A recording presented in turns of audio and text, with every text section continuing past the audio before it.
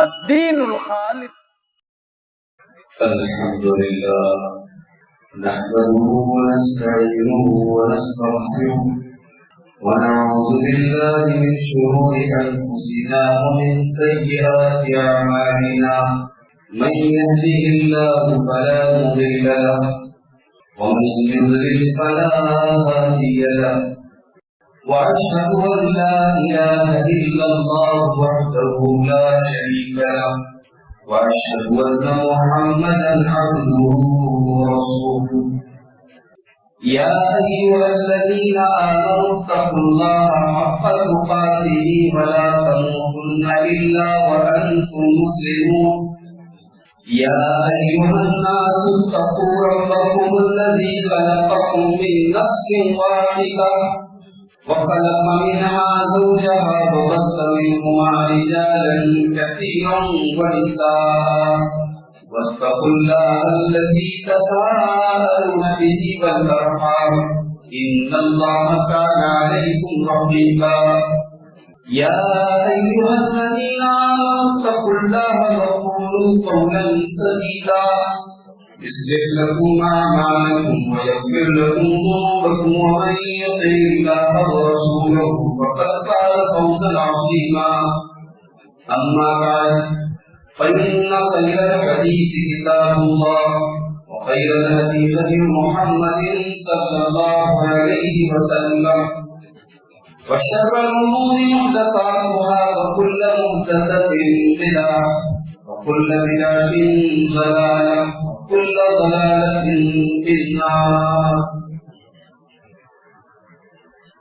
أعوذ بالله من الشيطان الرجيم. بسم الله الرحمن الرحيم.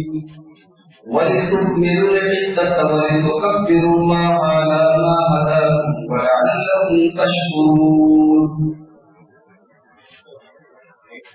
معزز حاضرین، رمضان المبارک کا آج آخری جمعہ ہے. یہ برکت والا مہینہ کب شروع ہوا اور کب ہم سے رخصت ہو رہا ہے یہ احساس ہی نہیں ہو رہا ہے. میں اللہ سے دعا کرتا ہوں اللہ ہماری اس مہینے کی عبادتوں کو قبول فرمائے. بہت سارے ہمارے بھائی آج سے جمعہ کو الوداع کہتے موجود ہیں.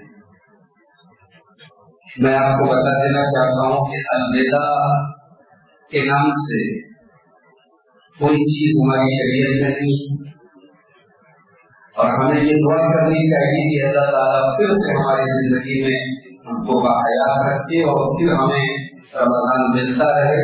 ہمارے لیے کوئی بھی رمضان الوداع کا رمضان ثابت نہ ہو جب تک اللہ تعالیٰ نے زندگی رکھی ہے. رمضان کی برکت والا مہینہ ہمیں ملے اور ہم اس کا پورا فائدہ ہو. جیسا کہ اعلان کیا گیا تھا، آج ہم دو چیزوں پر آپ کے سامنے گفتگو کریں گے. ایک ہے صدقۃ الفطر اور ایک ہے عید الفطر. صدقۃ الفطر کیا ہے؟ یہ فرض ہے، سنت ہے، نفل ہے، کیا ہے؟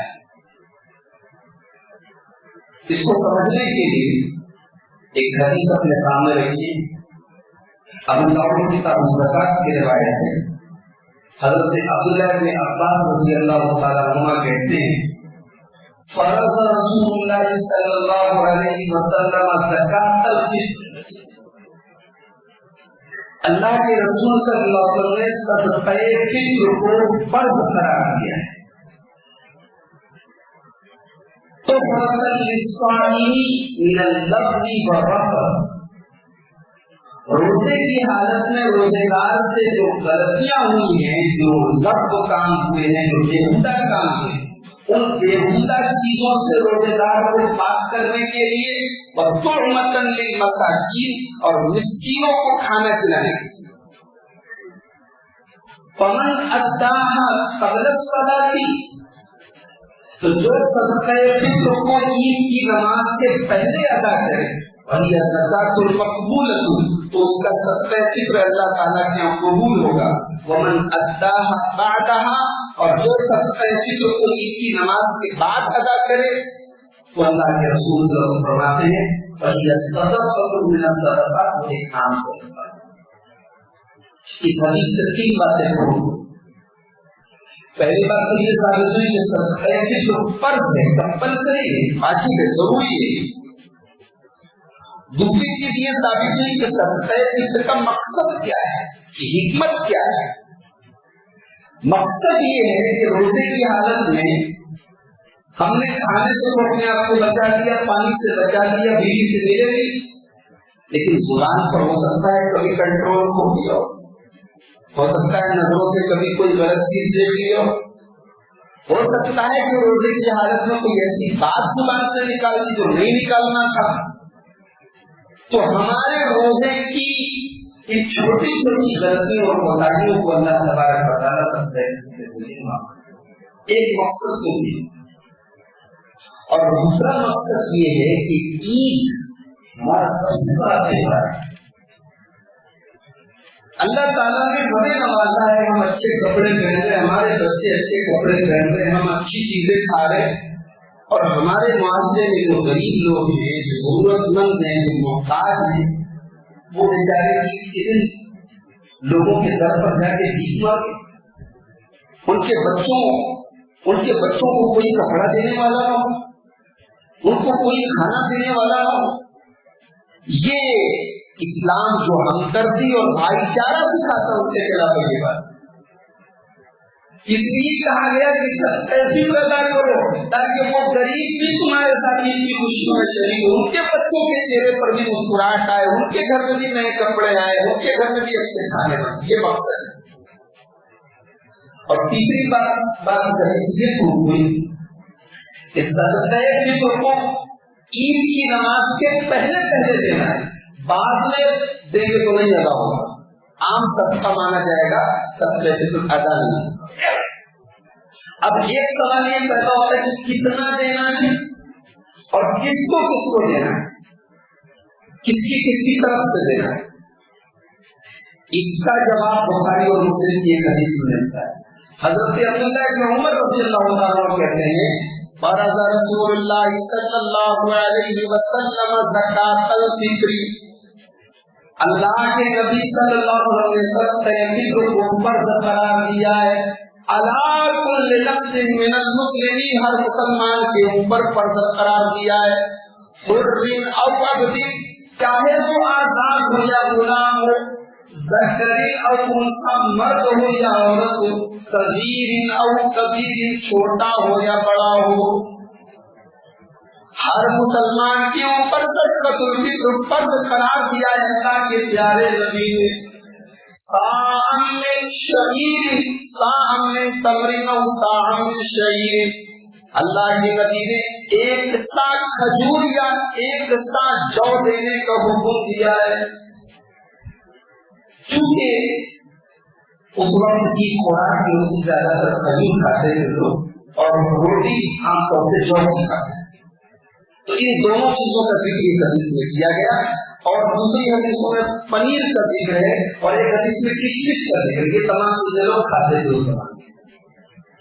تو اس حدیث سے پاک سے بات یہ معلوم ہوئی کہ ہر مسلمان پر فرض ہے، بچے کے اوپر فرض ہے، عورت کے اوپر بھی فرض ہے، آپ کی فیملی کے جتنے ممبرس ہیں سب کے اوپر فرض ہے. اور اس حدیث سے ایک نقطہ اور ملا کہ صدقہ فطر کا زکات سے کوئی تعلق نہیں ہے کہ آپ زکات کے جب لمٹ تک پہنچیں گے تب آپ کو صدقہ فطر دینا، ایسا نہیں. اگر عید کے دن اور عید کی رات آپ کی اور آپ کی فیملی کے خوراک، ان کے کھانے پینے سے زائد رقم ہے آپ کے پاس، تو آپ کے اوپر صدقہ فطر. اچھا کیا دینا ہے؟ ایک سا اناج دینا ہے، ایک سا جو ہم کھاتے ہیں وہ دینا ہے. ساگ اس کو بولتے ہیں.